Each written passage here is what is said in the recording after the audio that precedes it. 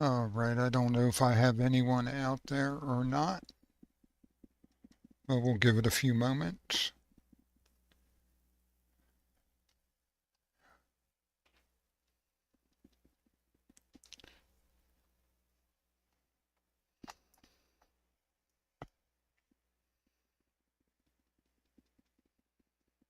All righty. So today is the United States Marine Corps' 249th birthday.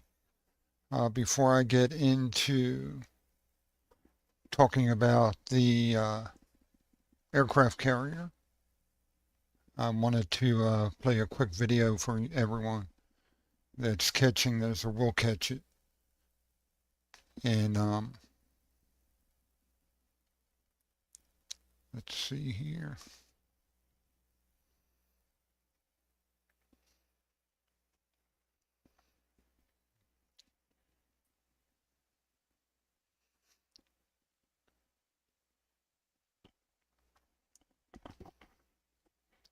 And like I said, I just want to play a quick video here.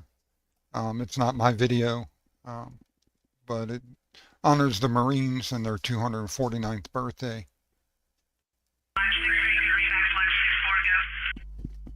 From building 1 Echo, move 10 meters to the northeast. Call contact on 3.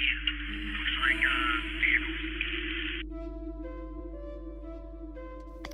And as it says, everyone fights. If you're in the Marines, you're a soldier. You're infantry, We will no cut matter our what you enemies are. down in droves.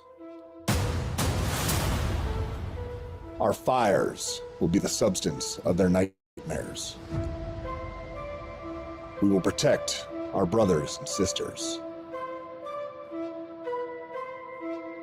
The fields of the dead will serve as evidence of our passing.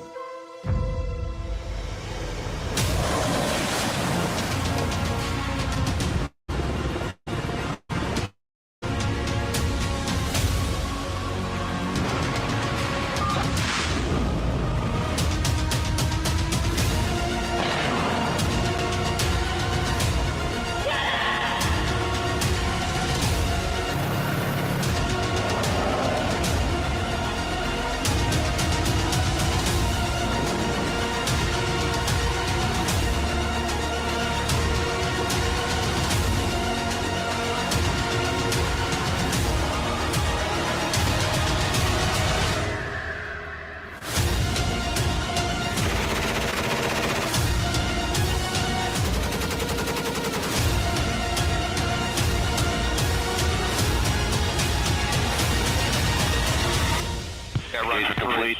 3 killed.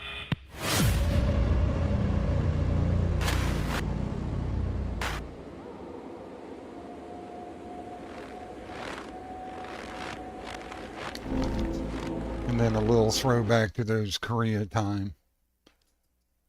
Alrighty. So, and with that being said, tomorrow is also Veterans Day. And I just want to wish everyone out there a happy Veterans Day. If you served, or if you are currently serving, thank you. I just want to share a couple quick photographs before I go on. This is my grandfather. He was in World War I, and he was there on the armistice. He was in the Argonne Forest. So he was there in 1919 when the first, when the November 11th, 11 p.m. or 11 a.m., the peace. And this is my father. He was in the Army. He served in a photographer's corps. And he got to film a couple A-bomb tests, which is fucking awesome. I'm sorry about my French, but I can't think of anything else to say about that. And this is my ugly mug back in boot camp. But I just wanted to share those with y'all real quick for Veterans Day. But let me get on the topic here.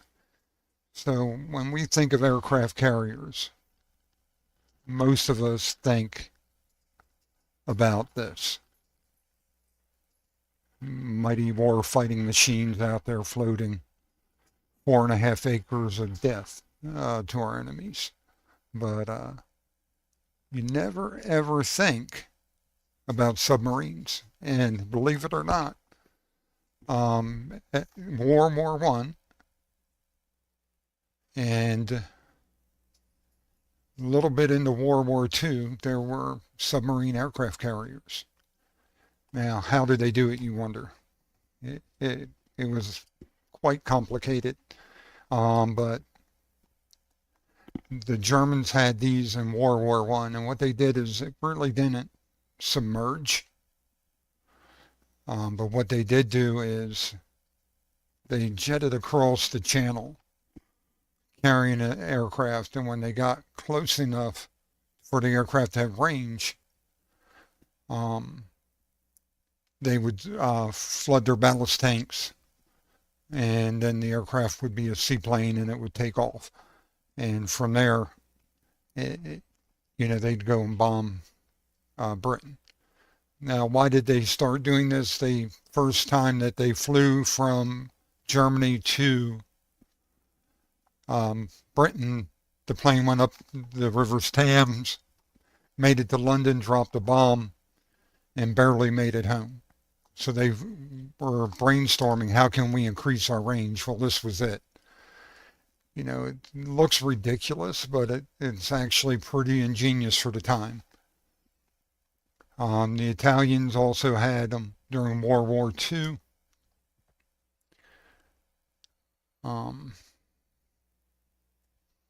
But the United States had SS-105, which was an experimental thing. Now, these things never really saw combat, from what I understand.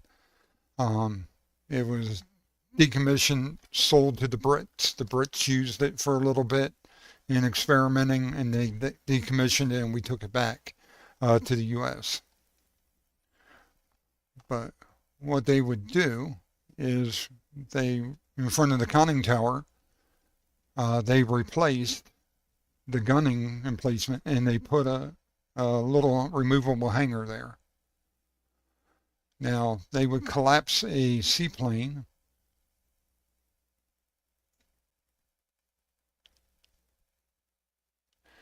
into this. Now, it's pretty ingenious how they did it. This thing would collapse and be put into that thing, and it was watertight, so they would dive and then go on. But that's what in front of the conning tower, that's like pretty much a drum that they had to open and close to bring the seaplane in and out of.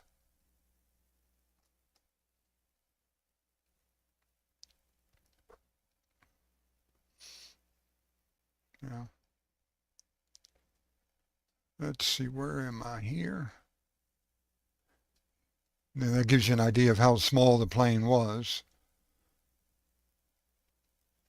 There it is again.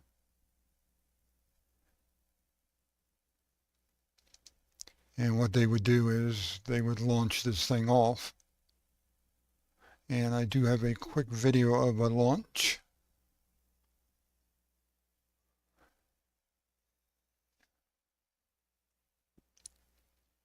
Oh no. There we go. As you see that they pulled the aircraft out of that enclosure. Now this is actually a British one. I haven't found anything with the United States aircraft carrier. But they would pull it out, it would collapse down in, and then they actually had a catapult. They turn into the wind, increase their speed so it had lift, and boom, they send her off. Now, when the Brits recovered theirs, what they did was they had a crane that would pick it up, and then it would swing it back around.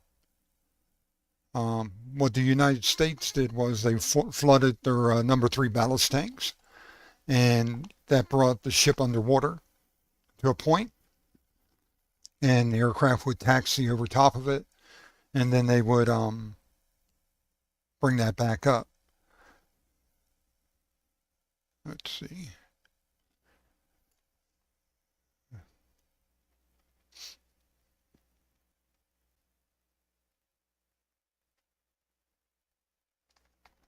Yeah, I apologize. StreamYards is just killing me today. But that's how they would pull that out. You know, there was no wings on it yet. They had to collapse some wings down. No prop on it. But they would get her flying.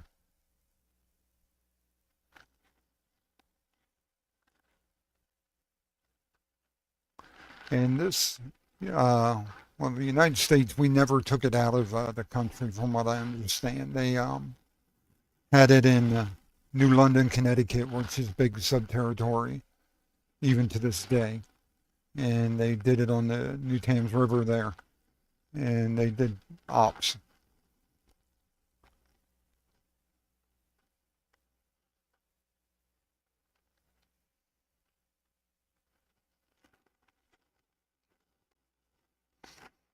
Okay, so this is a Japanese ship.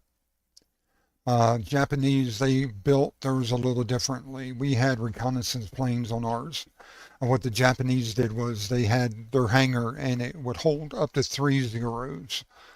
And they used theirs up until during World War II, but I don't think it was really a successful program. As you see, there's their front, and if you look right in front of the conning tower, there's the same kind of configuration with the hangar. It would hold up to 3 Japanese Zeros. And there's the Imperial Navy when they did this all. But yeah, like I said, I just wanted to share that with you. I was fascinated by the fact they were talking about an aircraft carrier, a submarine aircraft carrier. And, you know, it just boggles the mind. But there it is. And what the U.S. would do with theirs is they would flood their ballast tanks, like I said.